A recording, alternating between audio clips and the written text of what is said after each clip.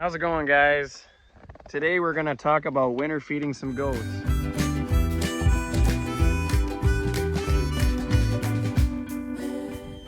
Oh puppies, how are you guys today? Huh? Alright guys, we just came over here to roll out some more hay for the goat herd here. And as you can see, some of them are having at it with the stockpile that's left over. This chunk right here that's next to our water that we have right up here, we skipped it earlier this fall. I was actually thinking we were going to be loading the goats out and hauling them home, but instead we actually decided to keep them here. So now when they come back to the water, they decide to pick and choose the grass and lamb's quarters and whatever else they can find in there. Well, we just gave them a little bit more salt. Here's our jug water. That thing's been very reliable, working really well. Gonna have 50 below wind chill right on top of this hill and never seem to have issues with it freezing up on us. The goats, they're not even really that hungry. They're kind of just out doing their own thing, eating the grass that's left out there. Figured that'd be a good spot for having the mineral and stuff is right next to the water. That way when they come back to get a drink, then they'll hit up the salt and stuff while they're there. Because it always seems like they hit that and then they'll want to drink right away afterwards. Well, what do you think, guys? Should we get some hay out for you? A lot of goats are just bedded down, relaxing. Now to the fun part where we roll the hay out. Now they want the hay. I'm gonna have to use Rusty here to hold them back for me so they don't get run over. All right, we got the bale in here, but now we got to get it cut open and ready to roll down the hill and try not to roll over some goats.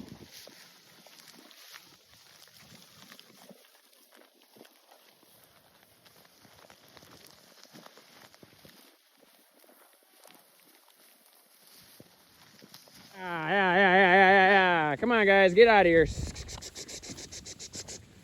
Yeah, definitely a run over goats. Watch out, goats! Get out of the way!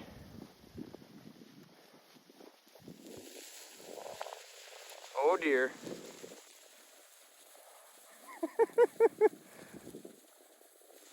Oh, it's dispersing some of it, but it's rolling backwards. Runaway bale! They'll get it no matter where they're at. Rusty did a good job of keeping them out of the way. And crash into the trees. We'll have to check that out, make sure it's not on the fence and grounding that out. Good boy, Rusty. Good boy. Yeah, I don't like to roll out a whole lot at one time. Like right now, you know, this is just one bale, but they're pretty well crammed on the pile, especially for down there where the majority of the goats are. Doesn't look like a whole lot of goats when they're eating like that, but when you spread out 3 bales, it seems like they still cover the whole pile or the windrow that the bale rolled out on. But you know, when you're rolling it out like this and you're out wintering, we're feeding biology by adding the carbon and building the house for the biology to live in. But when the goats, you know, they like to lay down on nice dry ground, so when they lay down on this, typically every time they get up they crap. So a lot of the hay gets wasted when you feed too much at a time, and this is the remnants of that. And as you can see here, look at all of that manure that's underneath that mix of hay and manure.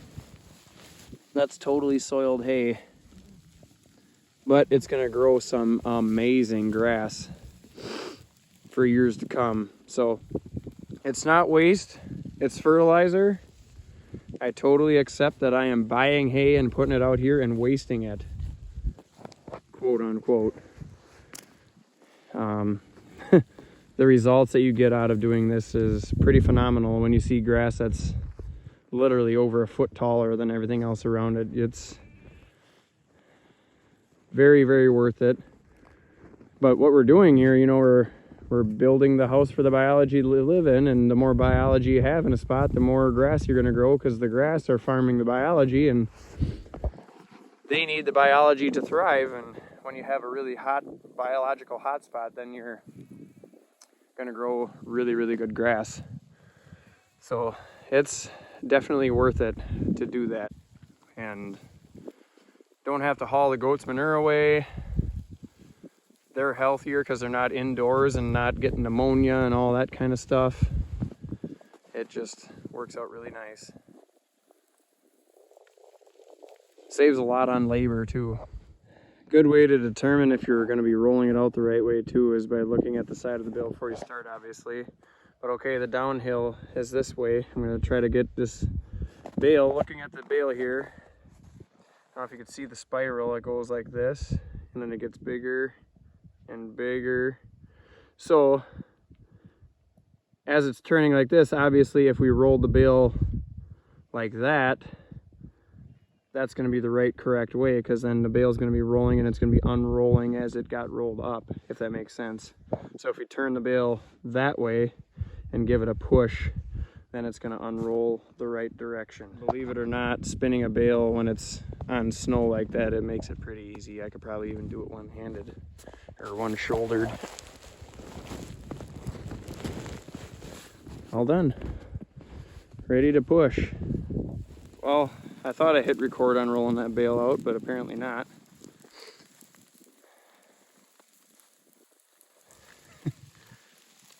Boy, they're sure happy. Nothing but a bunch of hind ends sticking at you. Should we give this bale another push, guys? Jeepers, cats. Beep, beep.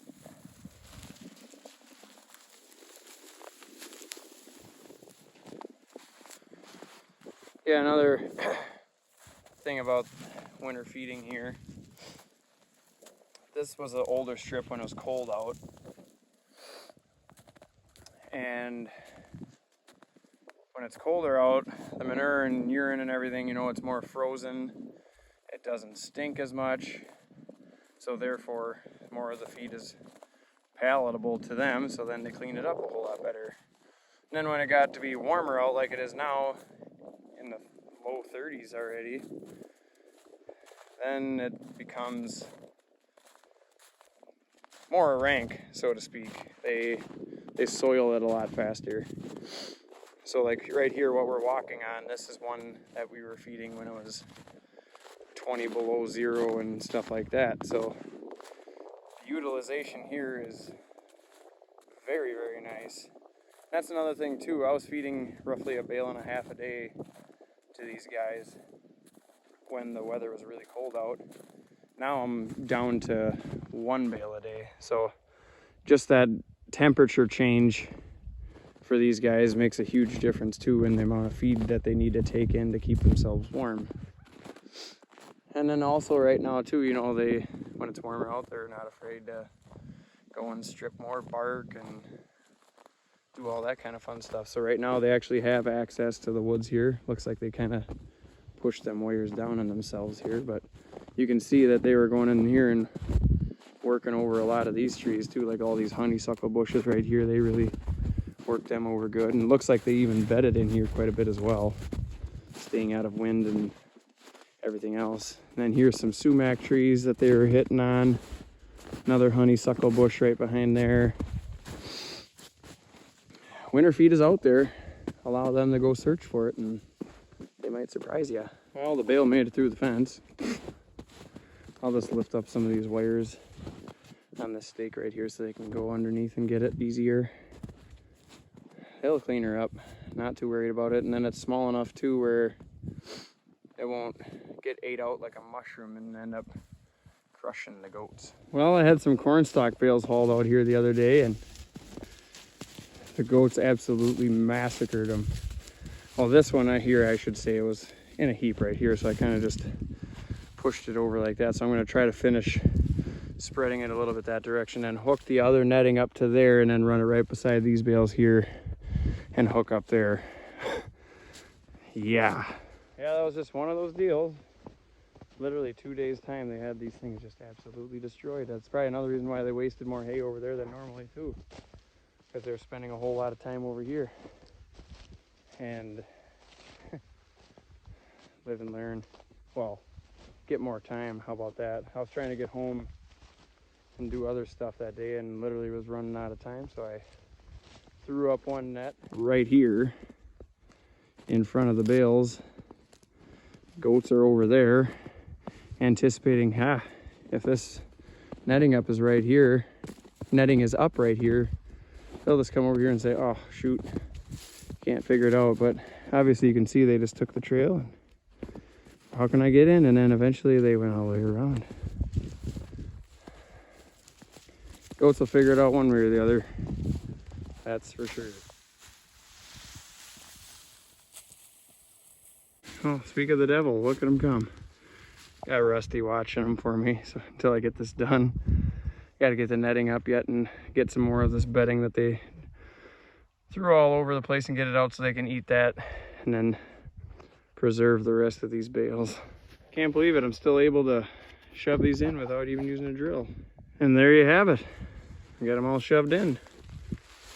Very surprised actually. No drill. Had how many, like pretty much a whole entire week of very, very cold. 30 below zero wind chill, obviously. And I don't know, we might have hit 20 below 1 or 2 days in there, but cold enough, that's for sure. Rusty was still doing his duty and watching the goats. Rusty, come. Come on, goats. Slowly but surely. Come on, goats. Come on, goats. Dog's gone. Carry a little bit more of this out of here. And hey, puppy. How you doing, puppy? Huh? Oh, you go, puppy. Yeah. Yeah. There you go, puppies. How are you guys? Yeah, you go, puppy. Come on, goats. Come on, goats. Check it out. Bummer. Can't get into the pile anymore. Now what are you gonna do?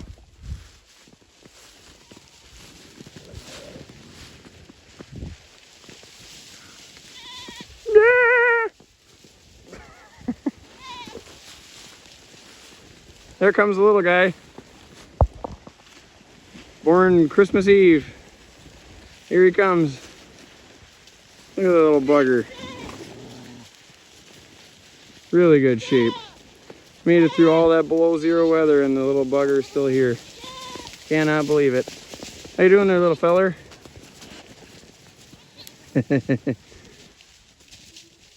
Oh, be nice.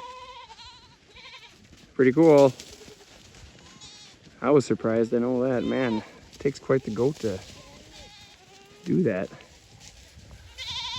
They like the leaves and the husks out of the corn stalks.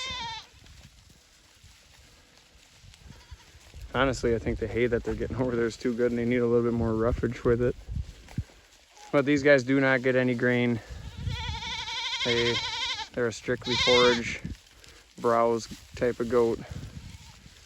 And I don't really like feeding the grain because that just adds to the hoof and horn. You're gonna have more issues with trimming hooves and foot rot and foot scald and all that. And when you go at it on this approach and just do what nature actually intended them to do, they do a whole lot better. Sure, if you grain them and flush them and all that in the fall right before breeding, yep, you can get your triplets and quints and all that stuff. And I think if I were to run these guys on corn stalks and let them pick through all the grain out in the field, they would do the same thing.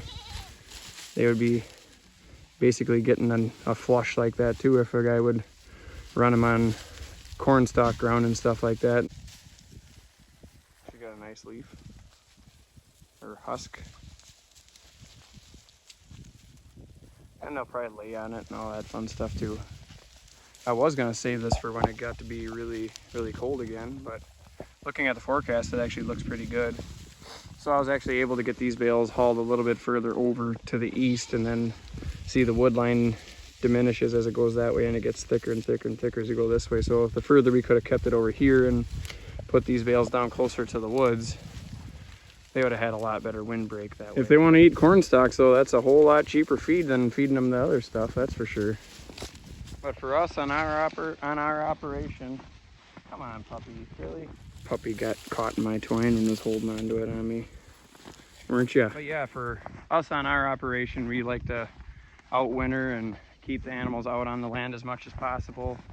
The more you can do that, the more you're gonna get the urine and dung out on the land, and it's most beneficial to utilize that right when it comes out of the goat or cow or whatever you've got. Sheep. Come on, really? Really, dog? Man, you guys are notorious for that. Net wrap, twine, you name it, you guys are all over it. Alright, now I think we got it under control here where they won't take it on me. But yeah, what is it? They say you lose like 95% of the nitrogen if you were to haul out manure, like let's say in the fall, and then the following year it's pretty much just all gone from cattle manure. So when you can put it out on the land, it makes a huge difference in your fertility that you're getting out of that manure and everything that they're depositing out there. And I've seen it too on some of our cover crop fields where we run cattle in the wintertime. In the next spring on some of our cereal rye fields, spots where the cows crapped or urinated and whatnot else, it was 1.5 feet taller in them spots versus where we actually spread manure out of the spreader with the spreader from the dairy. So it was a side-by-side comparison, and them are the results that I saw. So it was pretty amazing, and it just goes to show you how much more important it is to keep these guys out here. Not only that, when you're able to do it like this and you're able to spread around where you're feeding them, they're not in the same spot eating and sitting in their own manure and everything else, and you keep them moving and keep them clean, and they're parasite free. It's just the way to go. But yep, this is how we winter feed. We like to keep the goats out here. They use the woods for shelter. We roll the feed out so they can all actually have a spot to eat. Otherwise, if it was in a feeder, there'd be nowhere for it to go, or not enough space for them to eat either. They would take a lot of feeders. So it works out better that way too. But with that, guys, I'm gonna head around home and do some more stuff around the dairy. I gotta put a clutch cable in one of the tractors and do some more bedding around in them buildings for them calves and stuff like that. And keep on keeping on. Take care, everyone. Everyone have a great day. God bless.